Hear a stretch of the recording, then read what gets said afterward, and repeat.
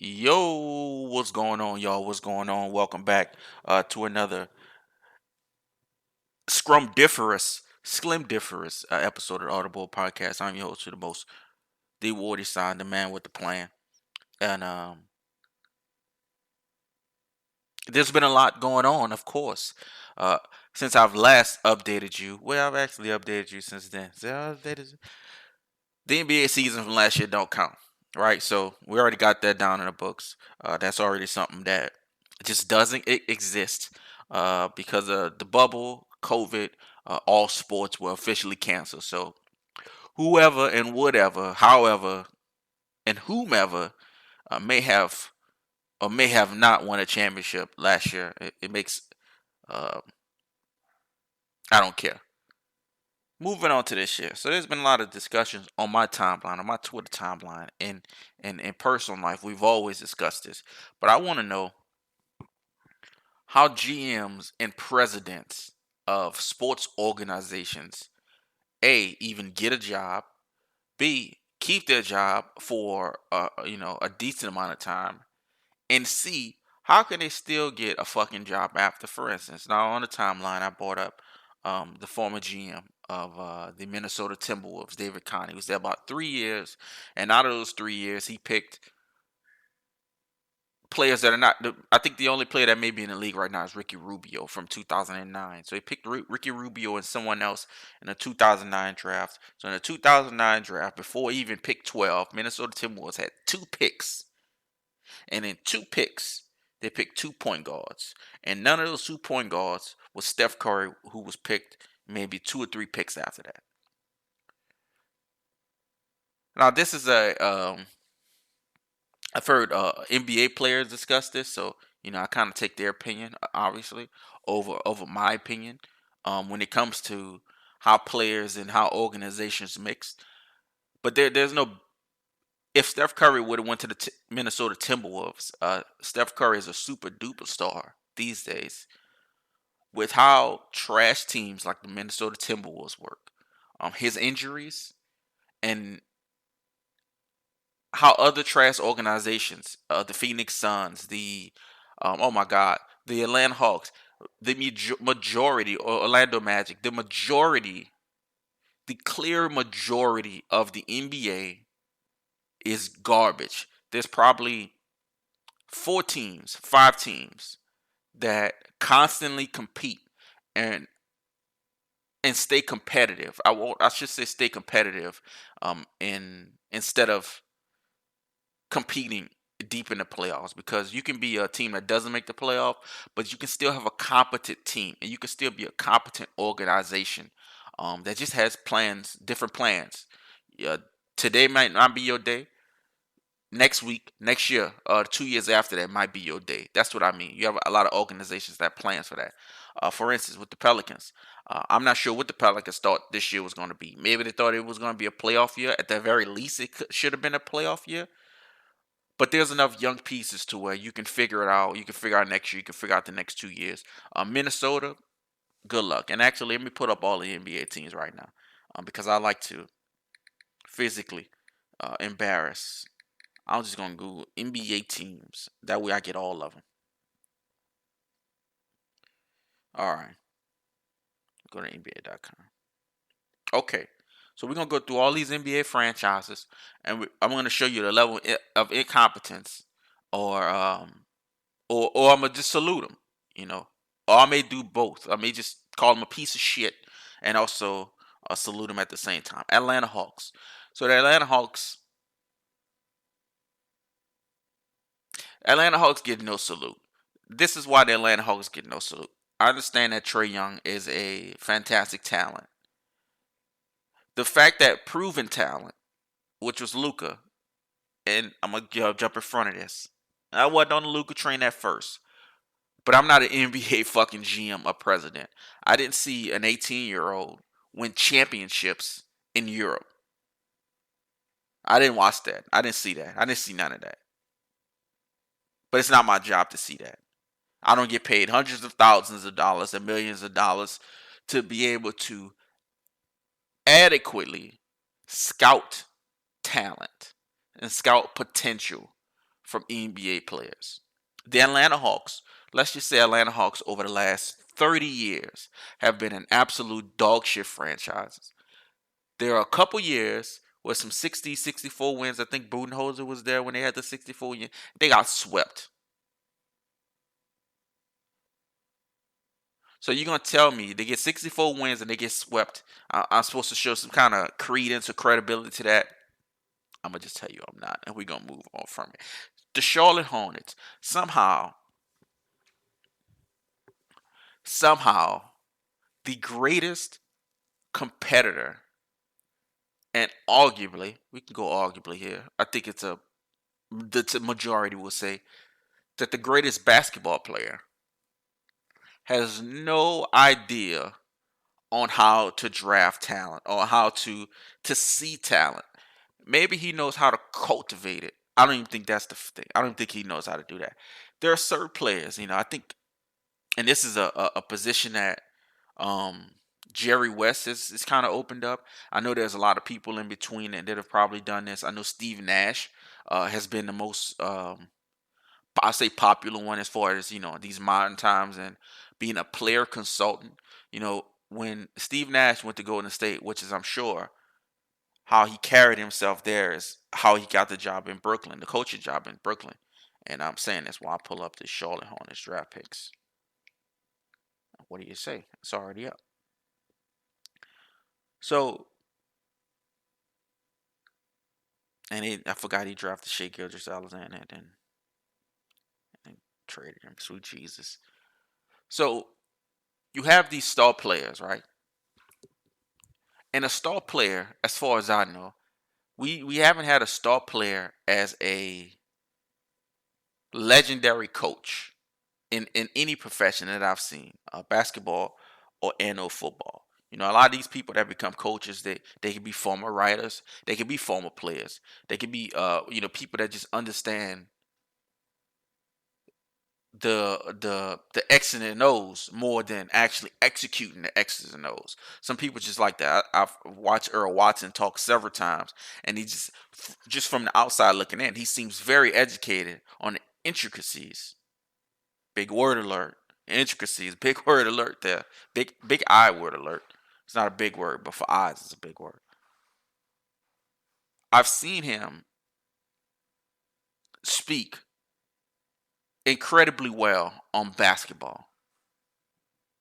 But then I see the Phoenix Suns and the teams he coached, and they were absolute dog shit. Now, there are a lot of things that go on. There are a lot of roles and analytics. He's talked about analytics to where they came to him and say, "Hey, you have to shoot 33s to stay competitive. We want to shoot 33s." The analytical team, the GMs, and everybody else come up. We want to shoot, and this is why another reason why basketball teams are so terrible.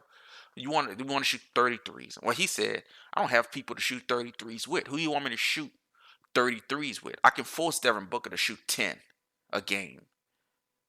It may not be within the call of the game, but I can have him shoot 10. Who's getting the other 20? You had Marquise Morris. I think it was Markieff Morris. T.J. Warren. You had you had a lot of players, but none of them are 3-point shooters. So a lot of these GMs and a lot of these analytics teams, mainly people like the Rockets, and I won't say D'Antoni because D'Antoni was a part of the Phoenix team, but a lot of these dumb teams, what they're doing is they take a team like the Golden State Warriors and they look at the success of a Golden State Warriors. They say, hey, Steph Curry shot this many threes. When Durant was there, he shot this many threes. Clay shoots this many threes. And everybody else kind of gets open threes and they make them, and efficiency is whatever. So we need this many people. So let's say Clay and Steph, and also when KD was there. Um, and then we'll do it before KD. Clay and Steph, let's just say they shot 17 threes a game. It's probably more than that between both of them. 15. That's a little bit more. 15 threes a game between both of them. And then you add in another, let's say 10. It gets up to 25, right? So you get a team like, let me pull it back up. A dumbass team that shoots a lot of threes, and I won't say the Rockets. You get a team, let's say the Pelicans, a dumbass team that just wants to shoot a lot of threes and run fast. So the Pelicans either shot first or second in most 3-point attempts. this year, right? There was at least top 3. The difference is you don't have the 2 greatest fucking shooters of all time. Phoenix, you want to shoot 33s because of Stephen Clay. They are the 2 best shooters of all time. D'Antoni, when he was with the Rockets, I understand shooting that many threes. You don't have the 2 greatest 3-point shooters literally of all time. Ray Allen is up there in debate. There's other people up there in debate. You got at least 2 of the 3. Wherever you want to put Ray Allen in the course of with these 2, but I think it's been proven over the last 6 years, 7 years that they are 1 and 2. I think that's a proven fact. Who the fuck are the rest of you NBA teams to want to emulate shooting that many threes when you don't have the personnel or ding ding ding ding ding the 2 greatest fucking shooters of all time? It is so confusing. It is so dumb to watch NBA teams build their franchise, get rid of key players, get rid of key draft picks, just to make trade on top of trade on top of trade, just to get 3 and D guys, just to get some tall guys here, just to get some guys that can maybe shoot threes, to emulate the 2 greatest fucking shooters of all time. The Warriors systems mean nothing. Excuse me, it means absolutely nothing if you don't have uno and fucking dos. So when I heard Earl Watson say that the analytical team from the Phoenix Suns told him that, it makes sense for the analytical team for the Phoenix Suns to tell him that, because the analytical teams for the Phoenix Suns are still thinking that they're ahead of the game because they were maybe ahead of the game in 2006. Basketball is exponentially faster in pace than it was in 2006. The slowest teams are on pace than what the Phoenix Suns were in 14 years ago. And then everybody else, for instance, Charlotte. Let's go back to 2011. So, all right, in 2011, he drafts Kemba Walker, Tobias Harris, and Jeremy Tyler. Okay, Kemba, obviously a good choice. Kemba, obviously not there anymore. Tobias, a good choice. First round draft pick, $170 million right now. Salute the bag.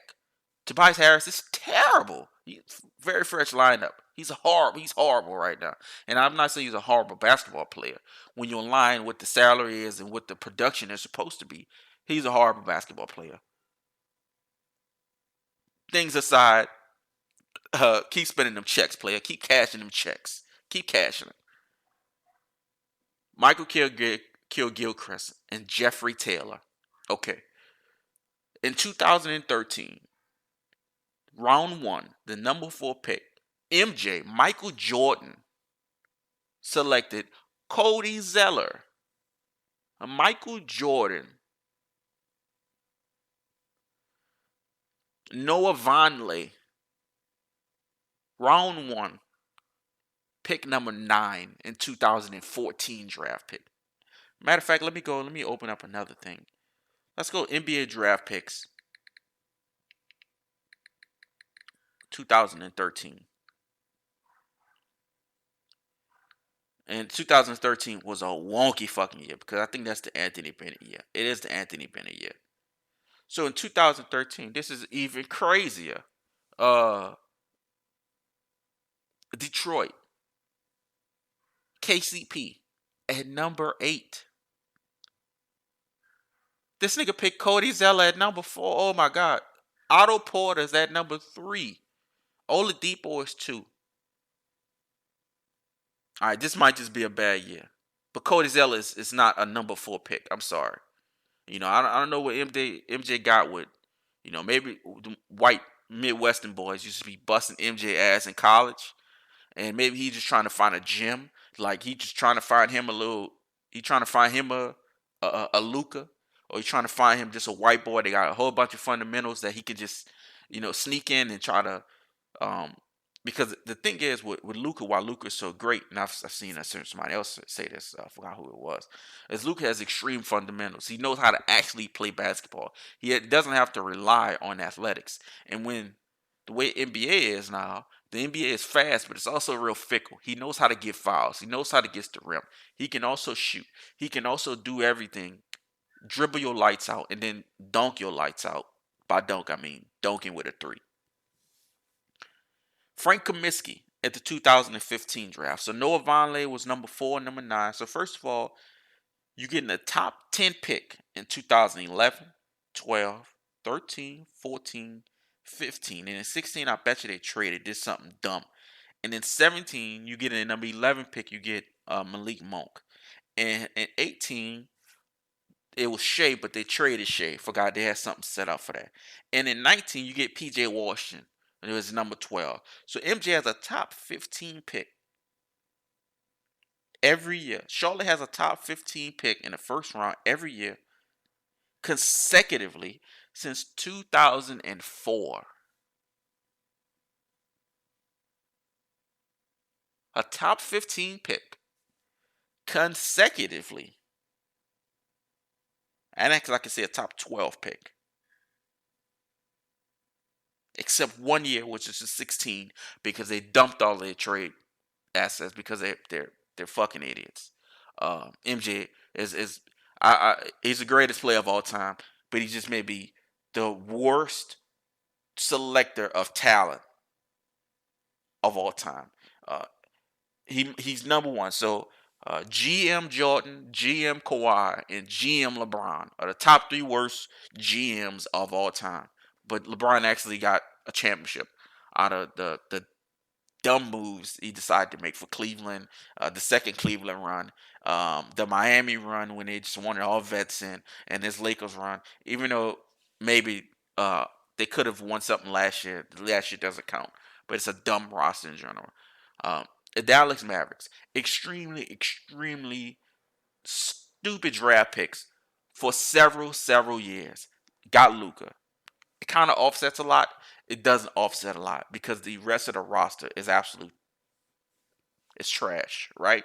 Because if you have several years to build a roster and all you can think of is one player that you just drafted 2 years ago and another player you just got traded for because a stupid ass organization decided to trade him, there's no other pieces on that team. There's JJ Barea still on the team. Mark Cuban gets a little bit too much credit. Financial genius, absolute dumbass when it comes to basketball. Golden State Warriors, we already know what they is. We already know what they do. They draft talent. Um, and even if, every year it's not perfect. Every year of drafted talent is not perfect. But since 2014 and 15, they haven't even been able to draft high talent anyway. There's been a lot of trades. There's been a lot of late picks. Some of the late picks we thought was a steal. I thought Jordan Bell was going to be a steal from Chicago. Chicago could have probably used Jordan Bell. I thought he was going to be an absolute steal. It absolutely was not. I just saw Jordan Bell get put in a blender by Cambridge. I forgot Liz Cambridge. Forgot things he plays for Washington somebody. WNBA player. She's a good big. She hit him up with some ooh, and it looked real embarrassing. It didn't look embarrassing because she was a WNBA player. He's an NBA player. It looked embarrassing because he jumped on 2 hezzies that was obviously she wasn't even going to try to do. She was going to just whoop him, and she hit it with a whoopity whoop. Moving on, the Clippers, GM Kawhi, right? So the Clippers, as of last year, and we're gonna go into Doc a little bit too because Doc is horrible. It seems that every time Doc leaves a team, the I'm not sure how Doc Rivers is coaching his teams, right? Because it seems as though that when these cats get off these teams, they want to get the fuck out of there. They despise each other. They don't like each other. There's always controversy, right? So let's go back to Boston because I can't think that far back in Orlando. I was real young when he was on the Orlando team. I wasn't even thinking about NBA narratives or media or anything else like that when that was going on. So I don't really know much about that. Boston. We started off Boston. How when Ray left, we see Big Baby didn't really fuck with Doc like that. He didn't really fuck with a lot of people like that. We saw that if you didn't see the episode of Inside the NBA. Uh, Baby and Doc didn't really fuck with each other. Paul and whoever didn't really fuck with each other. KG and whoever didn't really fuck with each other. Rondo and whoever didn't really fuck with each other. All these cats just don't like each other, right? So then we move on to the Clippers series. The Clippers in the late 2000s, early 2000s, like 2010 to 2013, we find out Chris Paul, DeAndre Jordan, and Blake Griffin fucking hate each other. Blake Griffin and Chris Paul fucking despise each other. When Chris Paul went to the Rockets, they instantly was about to have a locker room fight the next year. These niggas was teammates for like 4 years, 5 years. And then the next year, the immediate next year, there's a locker room fight. People trying to meet up in locker rooms and scrap it out with each other. This year, and this year's a little shaky because it's a lot of it's always been propaganda. As far as outside media, ESPN, different things like that. ESPN is clearly not it. ESPN is clearly not unbiased when it comes to NBA sports. It's pretty clear who they want access to, who they need access to. I understand that. You want the greatest player, you want the most popular player, the most popular athlete in the world. You want access to him, but they kind of pull their draws down uh, uh, whenever they attempt to look like they're being unbiased. They're actually not. They're pretty awful. But saying that, when you had all these reports of Lou Will doesn't like what's going on. Pat Beverly doesn't like what's going on. They don't like that, Kawhi get to sit. I'm gonna stop the brake. I'm gonna hit the brakes right there with two hands, with 2 feet. In the hand, I'm gonna reach down real dangerous and stop the pedal with my hand. Hit the brakes with my hand. First of all, if this is true, I respect Lou Will. And I definitely respect the grind of Pat Beverly. Seeing, reading about and watching stuff about where he comes from, and the neighborhood he comes from, the city he comes from, the route he took to become an NBA player, where he had to play in G League. This nigga playing in Greece. This nigga playing in motherfucking hooping in Zimbabwe just to get to this point where he is now. Same thing with Lou Will. Lou Will has been a starter for a while now. For his entire career, he's been a starter. He's accepted the role. He's excelled at the role. I understand why he's a bench player as well, because you get a lot out of him. Melo, I wish Melo would have thought that way as Lou Will, accepted that role, but I understand why Melo didn't. I'm ranting, but I understand why Melo didn't, because he was a star player at one role. So asking a star player all of a sudden to come off the bench is very different. And we also see that's why the coach from OKC got his dumbass fired. Let's move on. Who is Lou Will and Pat Beverly to tell Kawhi to do anything? Kawhi can't take a nigga. Kawhi can do anything. If Paul George was getting some treatment, I got something to say. Kawhi, who was clearly injured all last season, the season in Toronto, who's clearly been fucked up since the Golden State series when I forgot who hurt him, put his foot on it. He's clearly been fucked up since then. It clearly seems like it's a degenerative injury. Just because he didn't like the way San Antonio treated him, and he didn't like the way San Antonio treated him because previously he had the exact same injury, and they treated it the same way, and it got bad on him. It got even worse for him again. So that's why he didn't accept that from the Spurs. I understand that. He goes to Toronto, and you see he's not playing all the games, not playing all these minutes. He's resting, he's doing all of this. And in the playoffs, you clearly see this man limping for like 3 series. And then you jump right back into another season. And somehow people think he's like 100%, 110%. It don't work like that. There's a reason they didn't want to go into the bubble. So while I respect Lou Will and I respect Pat Bell's grind and their path, if those things are true and they've been coming out so long, you assume that they are. Maybe at this point, even though they have refuted him, Lou Will has publicly refuted him. He's tweeted it. He didn't say it. He tweeted it, and he said it too. But telling Kawhi to do, we should calm down a little bit. That's why I don't think that's true, because Pat Beverly and Lou Will just doesn't seem like cats to just be whining, bitching, moaning, and complaining about special treatment when they knew what was going on about them dudes coming there, and they was excited about them dudes coming there. That's why I'm, a little bit up on the propaganda. But I spent way too much time on the Clippers, and I'm sure Doc has these motherfuckers fighting in the octagon after practice or something like that, because this is the third team. This is the second team on this franchise, but it's the third team overall where it seems like motherfuckers just absolutely hate each other after playing with Doc. Miami. Miami done it. Miami done this has done a fucking almost perfect job, and they haven't won the championship. They just got to the NBA Finals. They haven't won the championship since LeBron's been there. So it's like 2000, I guess 12 or 13. It was back to years to 12 and 13. 14, they got spanked. Miami has been consistently building now. 3 years ago. I don't know what Pat Riley was thinking. It was a whole bunch of money in the cap. He decided to pay everybody, which kind of fucked up their situation for about 2 years. They paid Whiteside, which is a tragedy. Of course, he's not even with the fucking team anymore. They played Justice Winslow. He's not even with the team anymore. They played Dragic, who is Dragic bought his money. Dragic is a law guy, and he even tried to play injured this past year in the playoffs. So that's a little different. But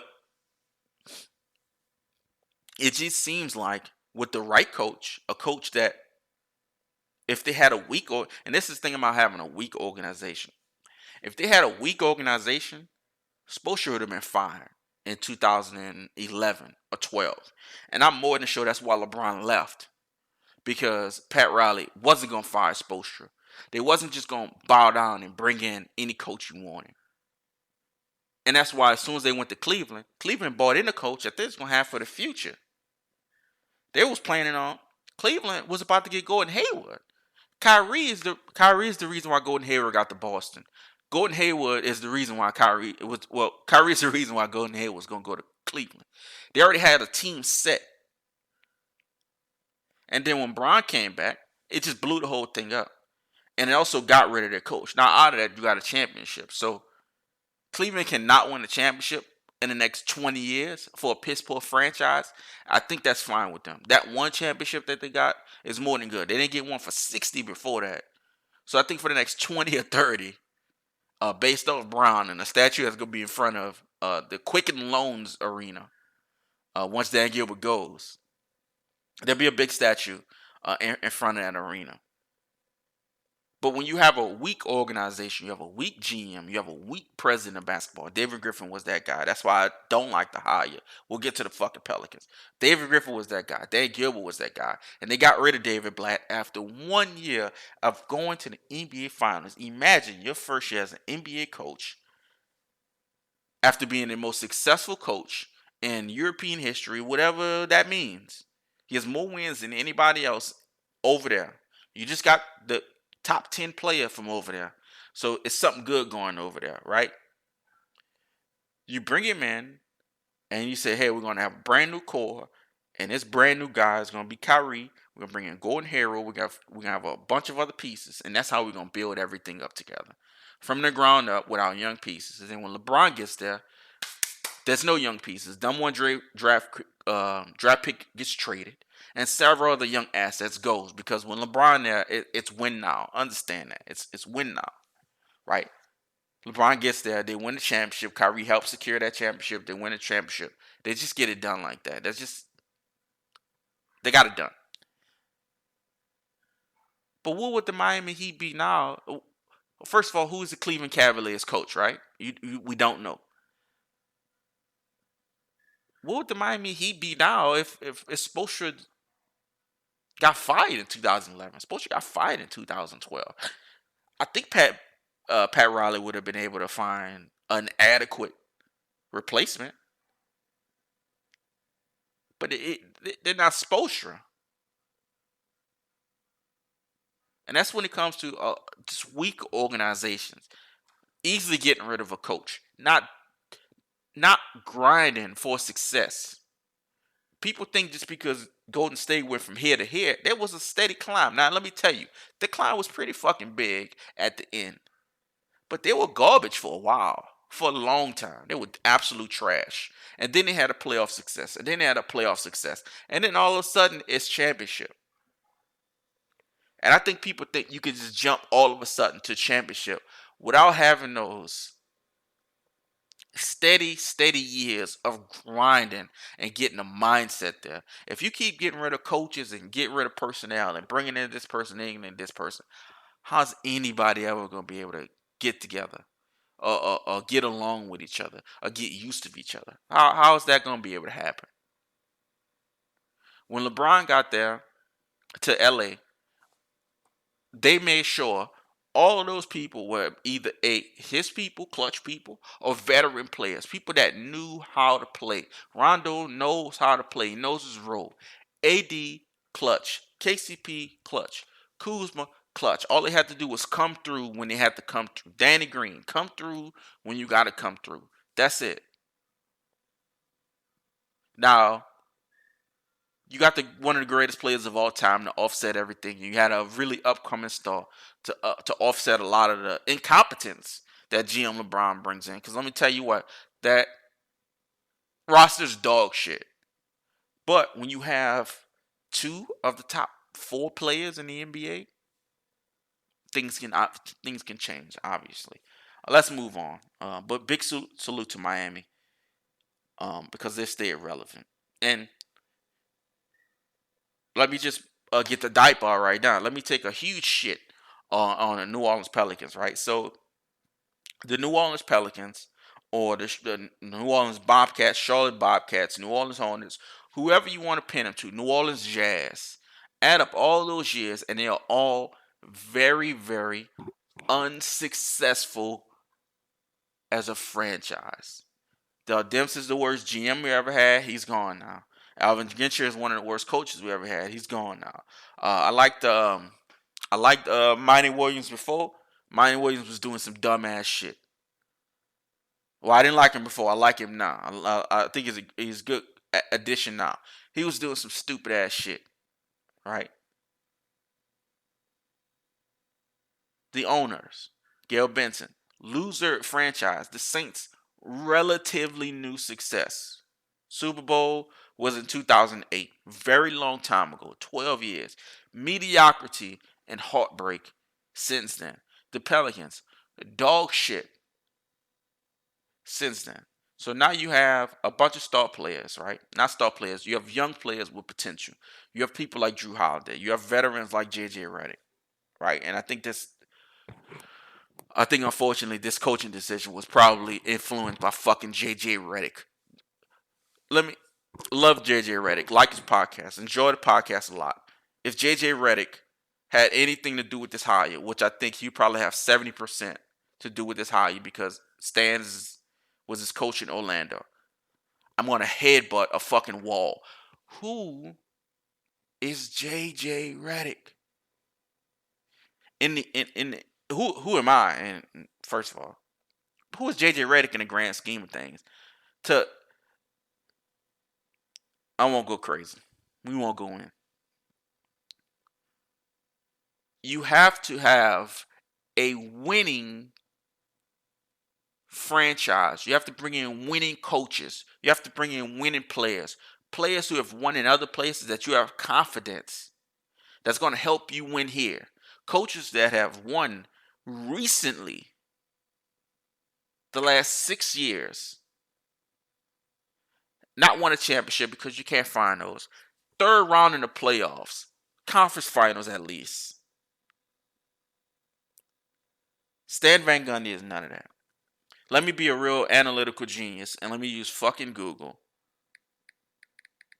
And let me put up the Detroit Pistons. You probably can hear this. And Stan Van fucking Gundy, right?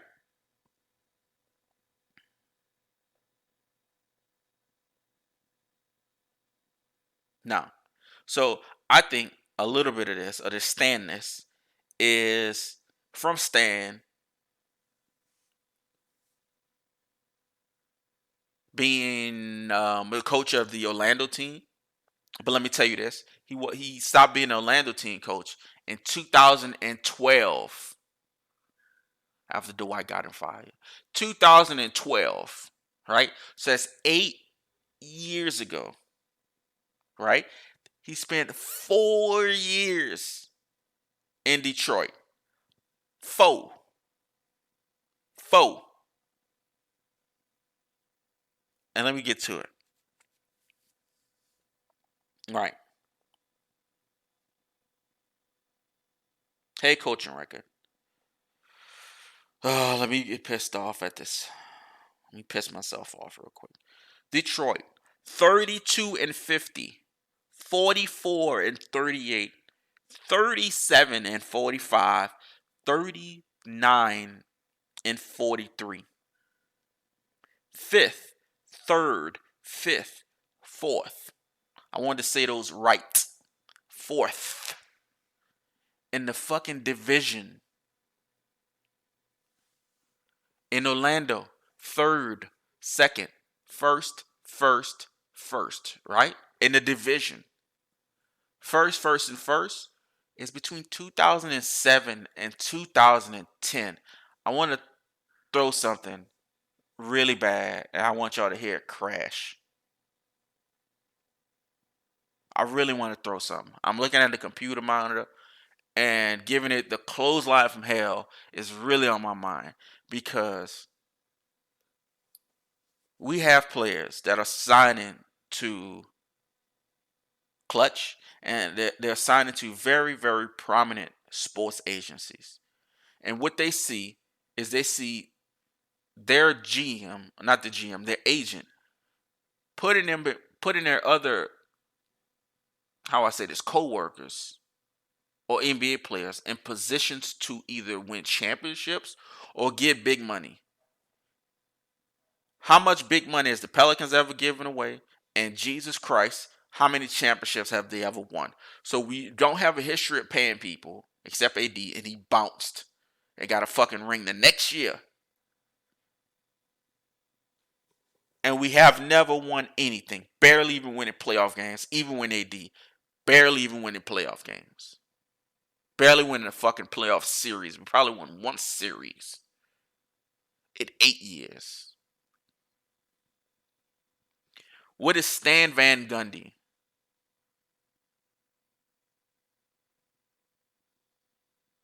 A coach that has coached two teams in 10 years. And one of them ended so fucking disastrous. And it was 13 years ago, 12 years ago when there was success. And you bring him into a loser ass fucking organization when he just fucked up another loser ass organization. The Pistons are fucked.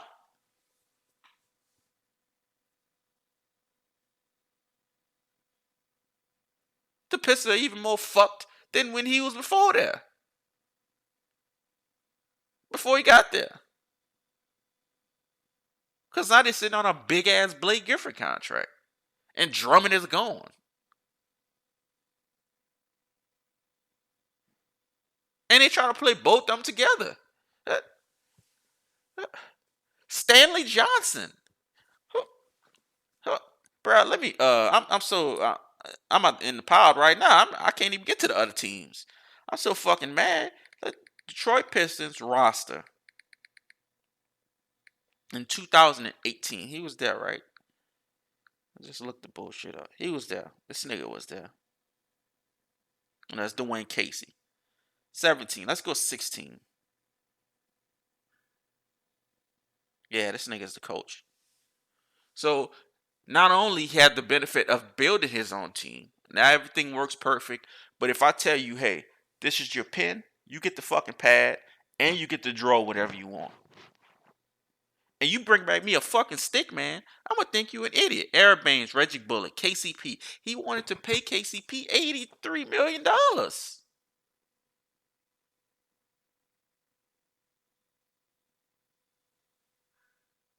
Henry Ellison, Andre Drummond, Tobias Harris, Reggie Jackson, Stanley Johnson, Boban, Marcus Morris, Ish Smith, and they were absolute trash. I'll move on because the Pelicans they need their own. And speak Orlando Magic, absolute trash. What is Orlando doing? Who are they drafting? Are they gonna keep drafting forwards every year? How many do they need? Another franchise that has been awful. They've been in the finals twice. And you say, oh, wait, they've been in the finals twice in 30 years. When they lost to who they lose to the Lakers, and when Shaq and them got beat, nigga, Shaq been retired 10 years. And that was like his second year when they got beat. Third year. No picks. Doc Rivers didn't want to get Tim Duncan. Could have had Tim Duncan, but Tim Duncan said, hey, can my wife fly on the plane with us? The private plane when we go, sometimes when we go. No. Grant Hill, Tim Duncan, and fucking Tracy McGrady. Another Doc Rivers thing. Doc Rivers need a fucking lemon meringue pie thrown in his face. Portland Trailblazers. I don't like to give Portland too much shit.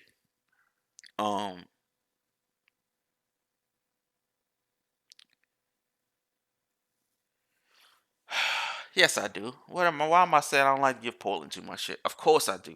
Portland swept or gentleman sweep is how they playoffs in every year for like 7 years, 8 years. If your team either gets swept or gets caught in a gentleman sweep for like 7, 8 years, then I'm not sure how Dame is considered the best point guard in the NBA. He's not. But I'm not sure how he's even considered that. I'm not sure how every year Portland's considered a top 10 contender. I'm not sure how when the playoffs started in the fucking bubble, whatever the bubble may be. I heard about this thing called the bubble. I never heard of it because the NBA season was canceled last year. People were talking like they were about to go on a fucking run. What? At the beginning of the season, when Melo played good for like 5 weeks. He was trash the rest of the season. Whiteside, trash. Defensively shows up sometimes, but this nigga's getting paid like $140 million.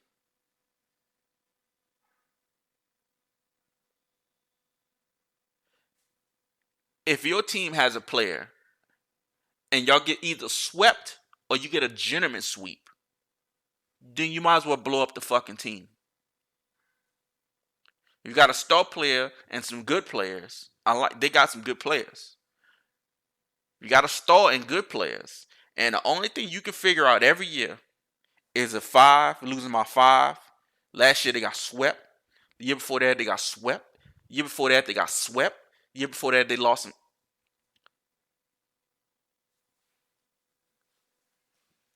Let's cut the bullshit. Let's move on. The Raptors. Let's talk good about the Raptors for a second. We're gonna talk bad about them a little bit for the. You know what? We will talk bad about them. I was gonna, kind of praise them. They got an NBA championship, which is who would ever thought that the Toronto Raptors would win anything in general, let alone an NBA championship. I never see them even get into the finals. I want to salute them for that. I want to salute Masai and all their player development coaches. I don't know their names. Nobody will ever hear this. But big salute to them. Because you got G League players like Siakam, who had a little bit of a step back. A good step up at the beginning of the season, a little bit of step back in the middle, but he's fine. Van Fleet, OG, Norman Powell. You have a bunch of cats that nobody's ever fucking heard of. Pardon me, no disrespect. I've never heard of these cats. I don't watch college, so they didn't pop up on my radar as big prospects or G League prospects. Or you need to see this. You need to Google this, nigga. You need to YouTube this person. None of these people have popped up like this to me. So I don't mean no disrespect. But they are fantastic players right now. And that goes to your developing your players. These are G League players. These dudes, Van Fleet and Siakam, went up to winning G League championships to NBA championships within like 2 or 3 years. Granted, they had Kawhi, but they helped tremendously. Siakam was guarding anybody. He was guarding the Peanut Man, the Water Man, Nacho Man, anybody. Well, they said poutine. The poutine man, if you serving that hot bowl of poutine courtside, he's swatting that shit onto the court. Period. Siakam was on it. But somehow, and this is gonna go for the whole Eastern Conference, and I would like to include Toronto because they were at the top of the Eastern Conference. Somehow, one person, LeBron James, and I understand he's a great player. He's not great. He's a legendary player. But there's no way a nigga can go to the finals. I'm gonna say a nigga because I'm so disgusted. A nigga can go to the finals 10 straight times, and none of us can do anything about it. He didn't have it when he was in Cleveland. It was him and Kyrie and Kevin Love. I get that. It's a fucking super team. But nobody could figure anything out for 10 years. The Miami, nobody could do anything. 10? 10?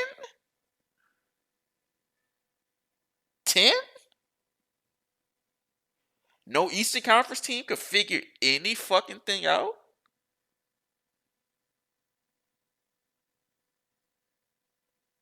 I kind of want to just sum up the entire Eastern Conference by saying for 10 years straight, nobody could put together any fucking thing. It took him leaving for anybody to go and get anywhere. It took the nigga leaving. He had to leave.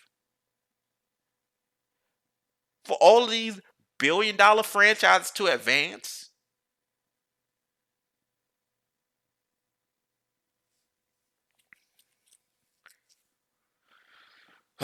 Boston falls into that too.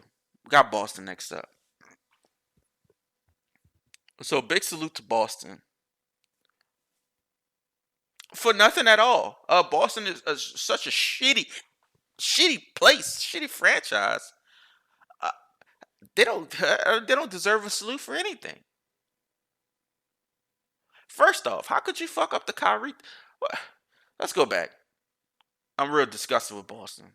You get the tone in my voice I get angry. First of all, you trade Paul Pierce and you trade Kevin Garnett. First of all, and Brooklyn, I think Brooklyn is probably after this. First of all, you trade Paul Pierce and you trade Kevin Garnett, right?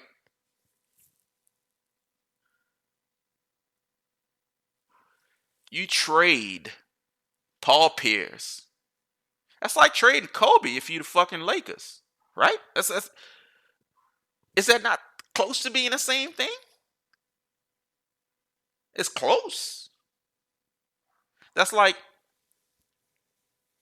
it would be like I won't disrespect Paul Pierce. It'd be like the Lakers trading Kobe in 2011.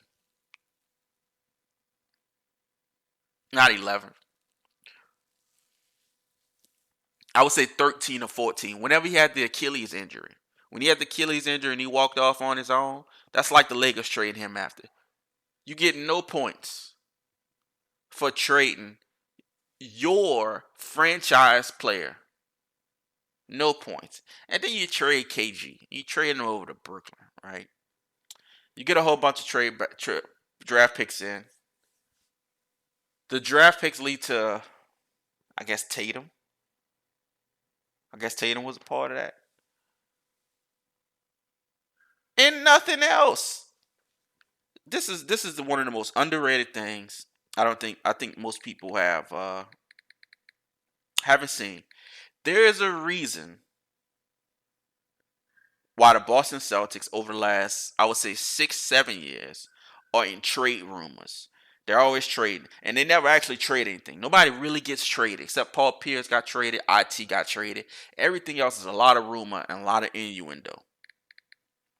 Let's go to the Boston Celtics draft pick history. This is going to show you why they always fucking trading, right? Let's go back to 2006. 2006, their first round pick was Randy Foye. In 7, it was Jeff Green. In 8, it was J.R. Gittens. In 9, it was Lester Hudson. In 10, it was Avery Bradley. In 11, it was Marshawn Brooks. In 12, it was Fab Melo. In 13, it was Lucas Nogueira. In 14, it was James Young. In 15, it was R.J. Hunter. In 16, it was Ante Zizic. And then they got a whole bunch of picks. Remember, they got picks from Philly. They got picks from Memphis. Those picks: Deontay Davis, Raid Zacharek, Demetrius Jackson, Ben Bentil, and Abdel Nader, who I think he might still be in the league in Cleveland. In 17, you got Tatum. In 18, Robert Williams. In 19, Grant Williams. In 19, they got Thibault, but he got traded. And in 19 again, Romeo Langford.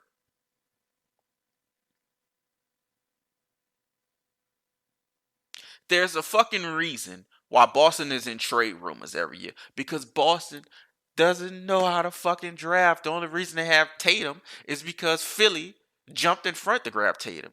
They would end up with Fultz. And I like Fultz. I wish Fultz was on my team. But the talent right now, when you compare Fultz and Tatum, it's not even close. So they slid their way into Tatum. Fultz was the person. There's a reason why Boston's in trade rumors every year. There's a reason why Boston has to trade Paul Pierce and KG. There's a reason why Isaiah Thomas is still suffering from a hip injury that they misdiagnosed. They misdiagnosed his hip injury. He played through the playoffs through with it because they told him it was okay, and he's still fucked. That was like 2016. So Boston gets no points for me, and I'm gonna make sure I'm gonna make a. Oh, I'm gonna find a better, and I want to make sure my timeline sees this. Just how fucking awful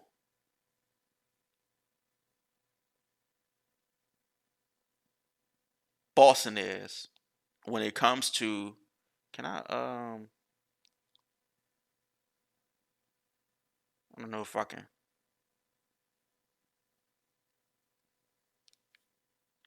I can do that. Just how fucking awful Boston is.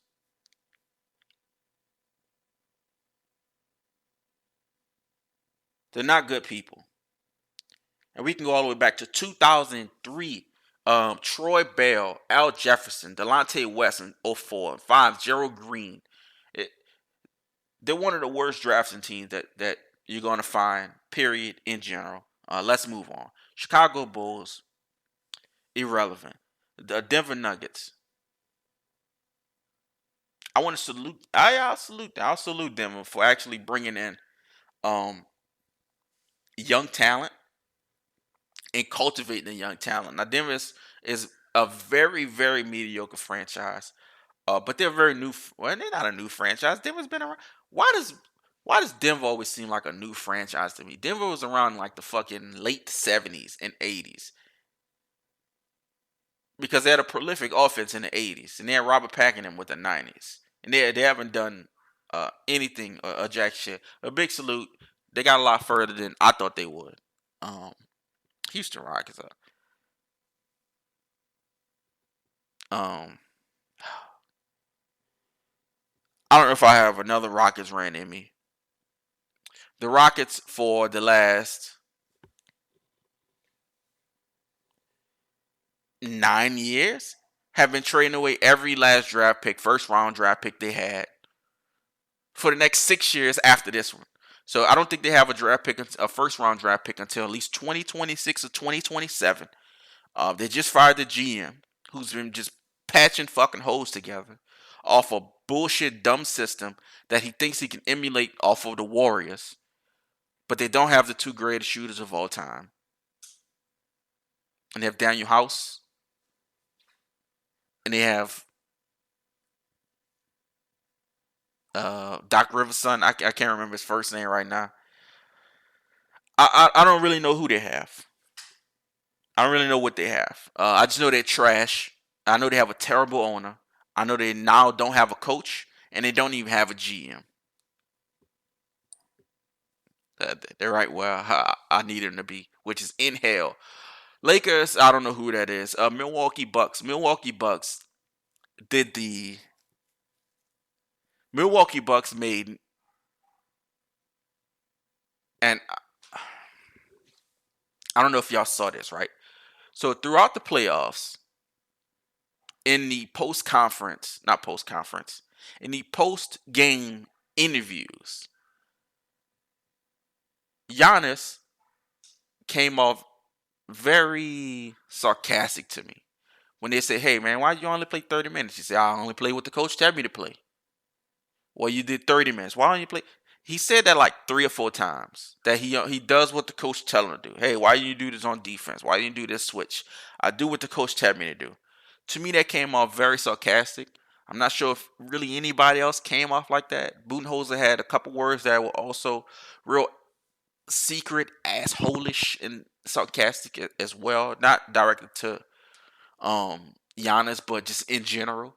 They played big the entire year, and when it came time to adjust, they didn't, and they got their ass bust.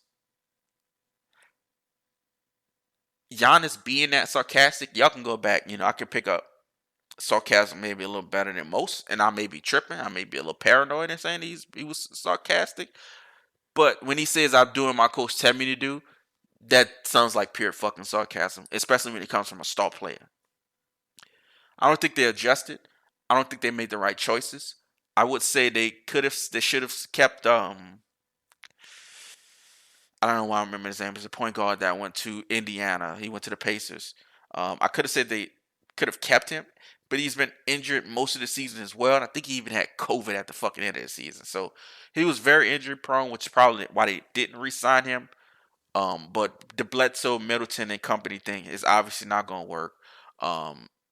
They were figured out and they were exposed. They have too many bigs. They have way too many centers. They have not enough three-point shooters. DiVincenzo and all these cats is way too young to make a huge impact right now. It's like his second year.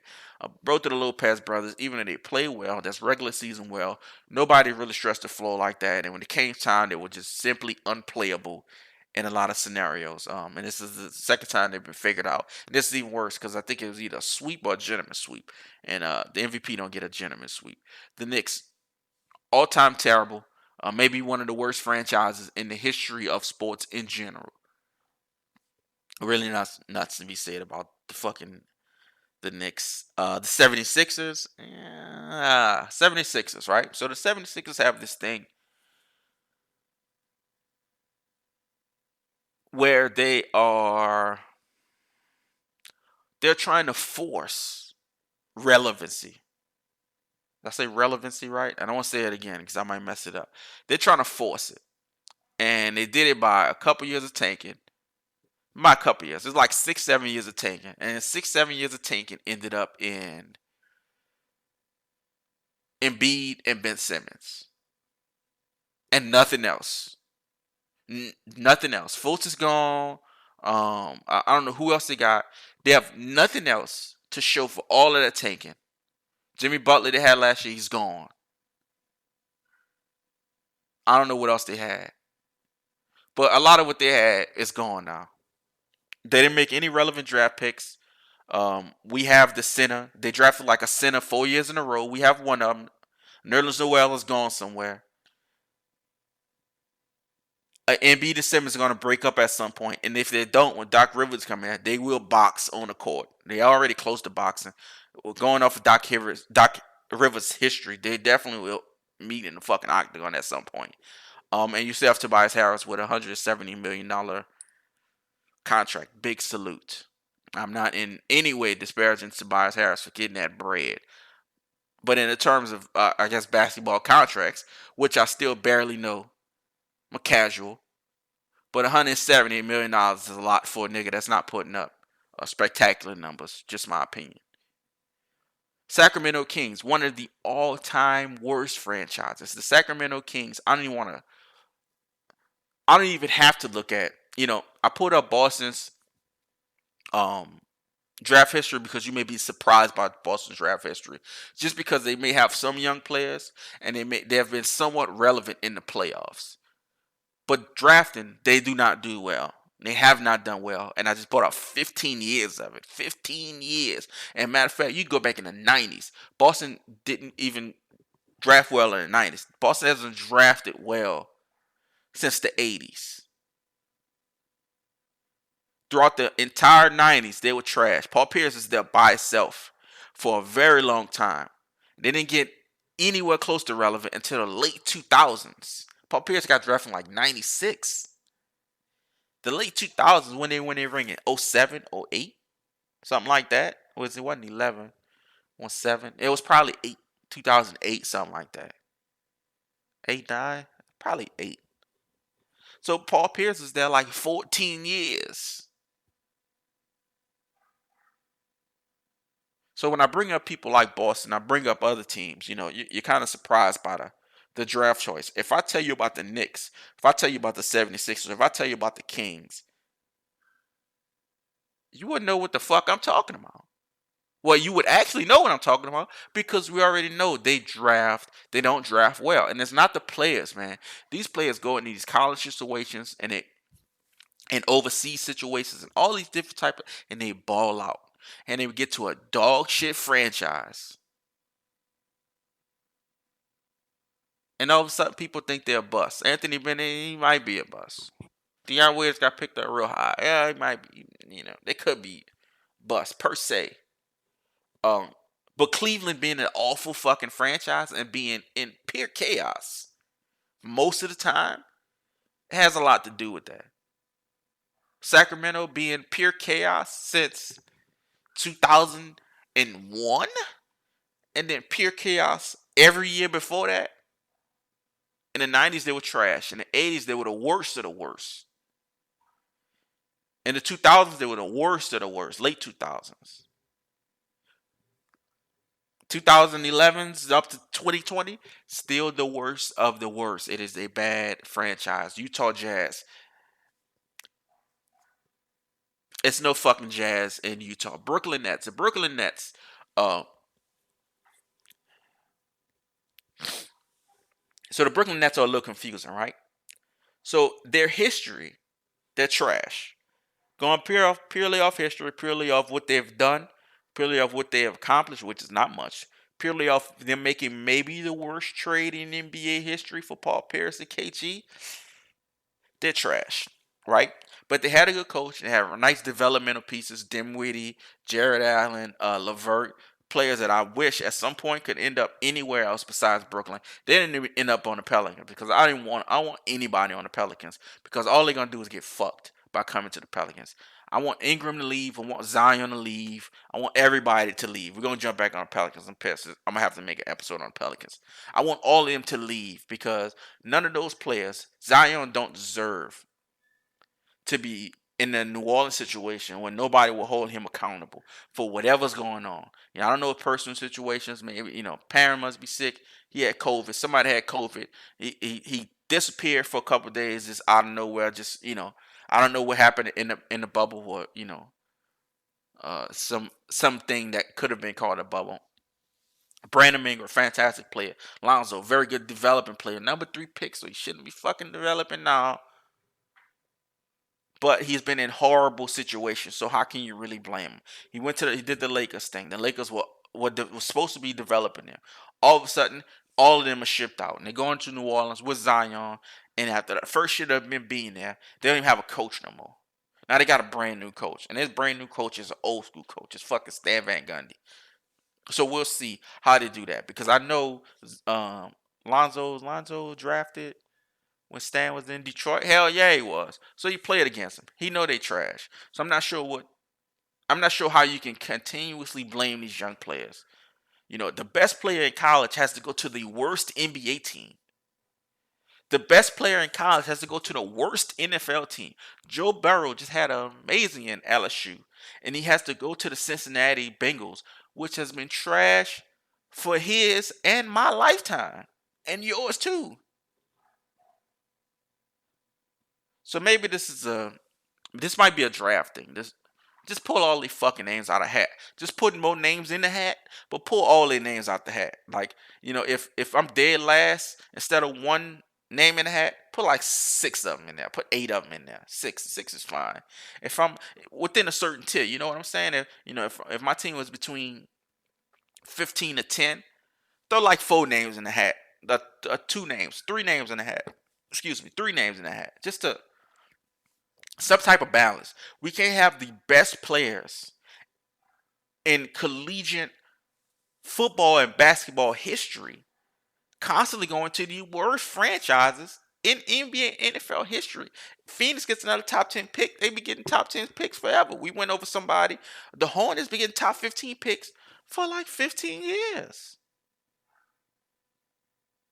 Maybe this is a draft thing. I'll bring this up on a timeline, and it can kind of correspond with what I'm talking about here. But maybe we need to figure out the draft thing. Maybe these cats can just get signed from college, and we make the G League more. It's just something else. Let them go to the G League first, and let teams sign them. I don't know. Maybe the draft, it gives more players who, maybe some dude from fucking Ball State. He goes in the 4th round. Maybe he would never got a chance in general. If he didn't get a chance to declare for the draft, and it was just all free agency stuff. Maybe cats like that for small colleges never had just don't have chances or stuff like that. But we can't continue to have the best players. Think of this. Like, we can go to football for a quick second. Look at Case Keenum. If anybody looks up Case Keenum stats, Case Keenum has thrown the most yards, and I even believe touchdowns, in NCAA history. Now, we can say that Case Keenum could just been an elite collegiate athlete. But who is ever going to fucking know when he gets put in with the Texans? And he has to be backup for the Vikings. He has to be backup for the fucking Washington football team. Or when he played for the Rams, they let him get fucking knocked unconscious in a play, get up, wobbly as fuck, and then finish the next play where he just stumbled onto the ground. Maybe the situations need to be a little better, but that's something I'm sure that's been discussed before. Back to Brooklyn. Brooklyn seems that they are trying to be in this millennial therapy. We don't need a coach. We need somebody that just blend with the players and get along with the players. Steve Nash and KD and Kyrie. That's gonna have a fucking Mai Tai. Let's see how that works. I think maybe Steve Kerr was that calm with Golden State. Maybe they kind of see that. Nash and KD both coming from that organization for a couple years, and maybe seeing how lax it was, and maybe they think that maybe basketball situations should be a bit more lax, and maybe it should be more about the players, and maybe a coach's job should just be adjusting what's going on in the game from their perspective, instead of trying to force players into situations, into offenses or defenses that don't bring out the best in them. For instance, putting Westbrook in a fucking situation where they shoot 35 threes a game. It makes no sense. Cleveland Cavaliers, we've talked about them. 60 years of irrelevancy, 1 year of relevancy, and I'm sure they're going to be back to another 60 of another. Detroit, absolute dog shit. They've been the last ounce of anything, 2004. Just bad coaches, bad drafts, They've been drafting terribly since Darko. If you can name me one draft pick, not that's even on their team, one draft pick that Detroit drafted and is on another team shining, that Detroit had the wherewithal and the basketball mind to pick the player, but they couldn't sustain him. They couldn't hold on to him, or they couldn't even tank good enough to get a much better player, at top 5 or something like that.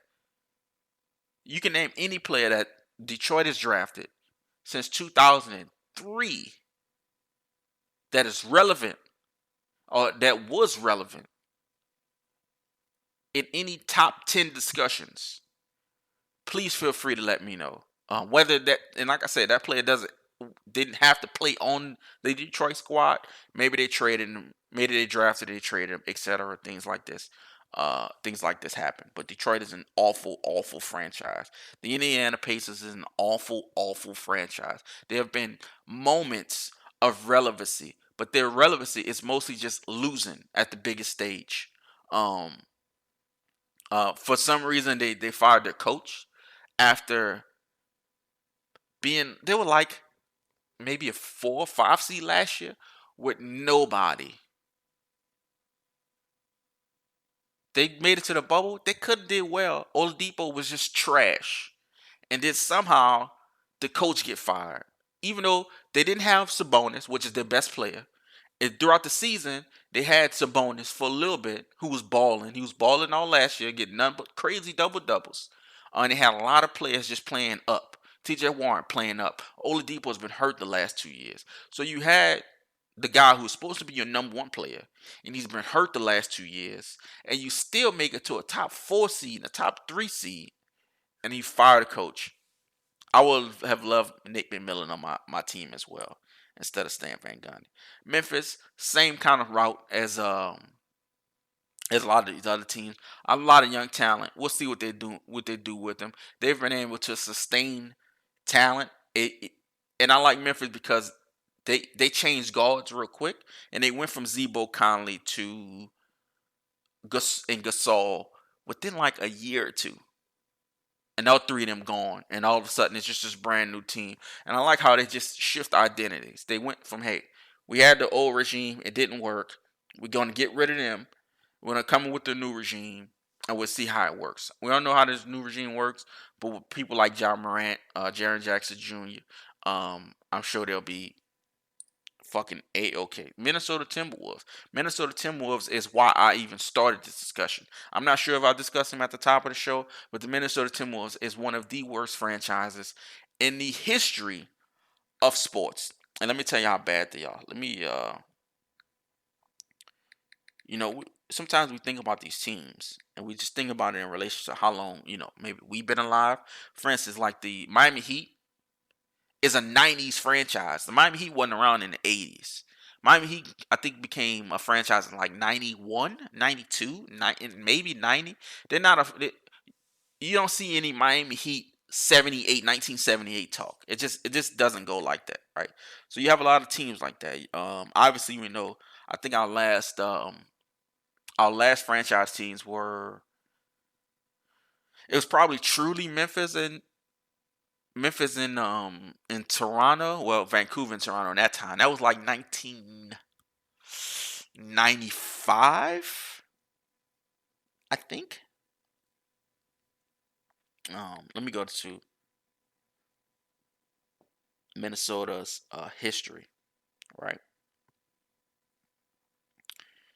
Pardon me.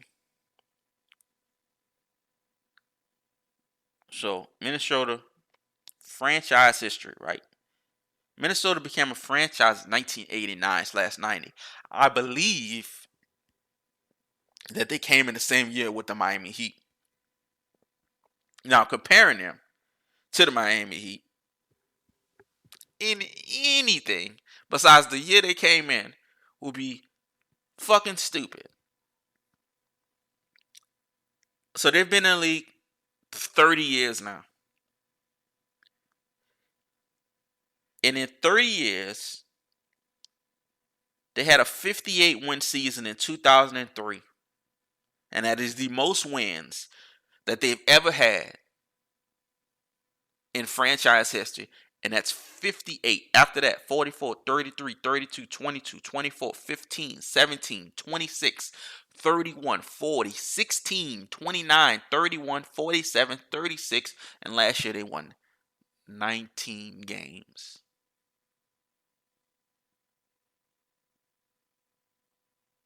Before the 58. 25, 45, 40, 26, 21, 20, 19, 15, 29, 30. I didn't want to see what the first person they drafted. Actually, I do want to see the first person they drafted, first player they drafted. Can I even see that? Doug West, Brad Sellers, Donald Royal, Scott Roth, Pooh Richardson was the first set of players that they bought in. OKC Thunder. We kind of touched them on a little bit. The biggest thing for OKC to me is they had an awful coach. And they had an awful coach before that with Scotty Brooks. Because Scotty Brooks somehow couldn't figure out a way to stagger the minutes between Westbrook and KD. Let me tell y'all this. And I'm not, of course, obviously, I'm not an NBA coach, right? When you have two star players at the caliber of Westbrook and Kevin Durant, the times where both of them are off of the court should be very fucking minimal. If you look at LeBron and AD, the time that they both spend off the court is very fucking together. It's very fucking minimal because when you have two of the best in KD and Westbrook at their point, it was probably top 10, top 7, 5, I'd probably say 10. With LeBron and AD, it's top 3. When you have two of the top 3 players, you keep them on the fucking court with each other as long as possible.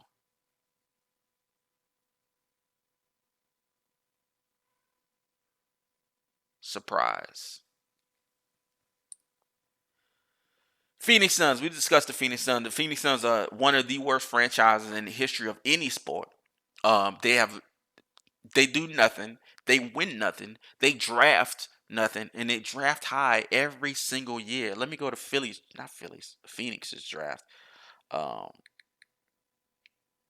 Phoenix Suns, and I'm going to see draft history. And I don't mean to call out players because it's not these players' fault that they go to these awful, stupid fucking franchises. Because, like I said, has Steph gone to the wrong place? I don't think there's many franchises that would have invested that much time and care in cultivating Steph and his injuries and everything else. Most of the other teams would have ran him out the fucking league, right? So we'll go back to 2011. 13, 13, 5, 14, 13, 4, 4, 1, 6.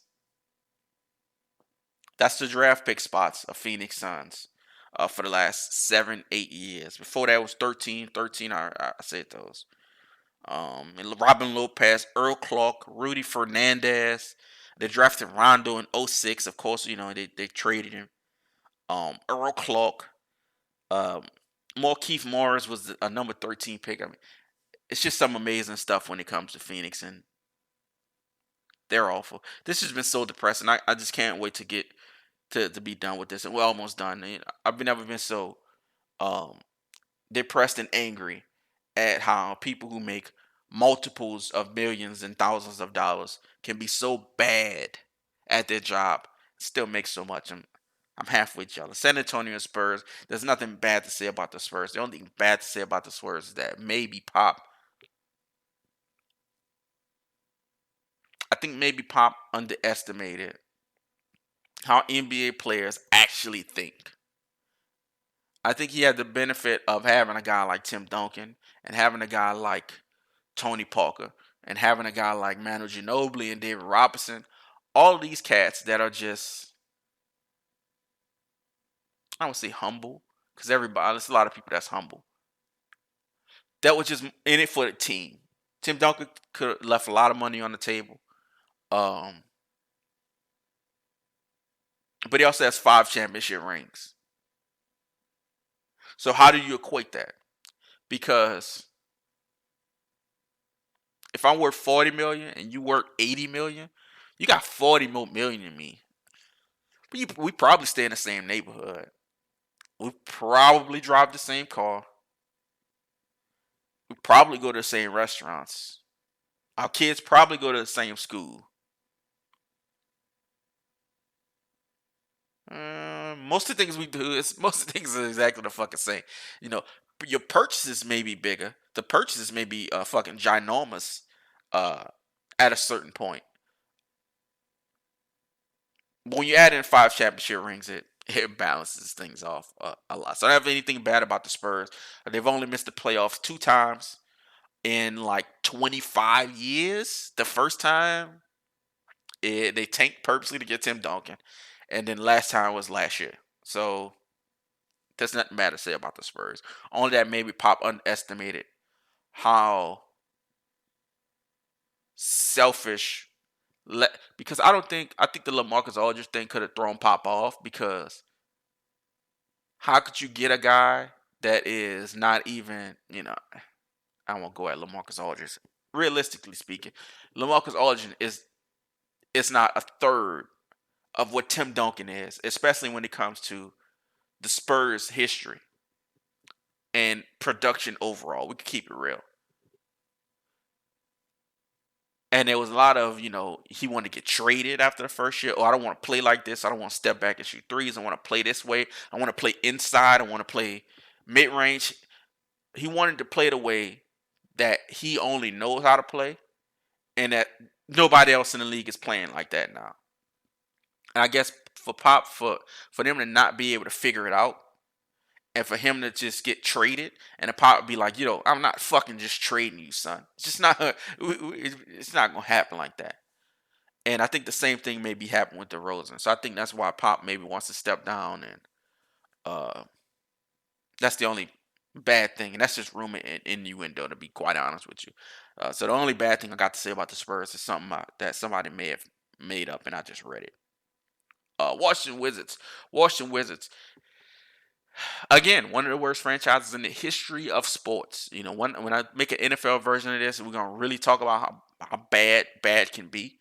But Washington would probably be the Cincinnati Bengals of basketball. I mean, small, minimal years of relevancy in the '80s.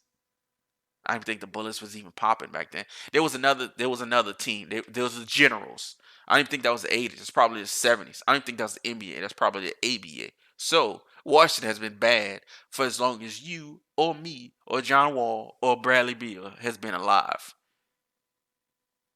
So when you have a talent like John Wall, you have a talent like Bradley Beal, and we see how good they are, and we see how awful they are, it makes you want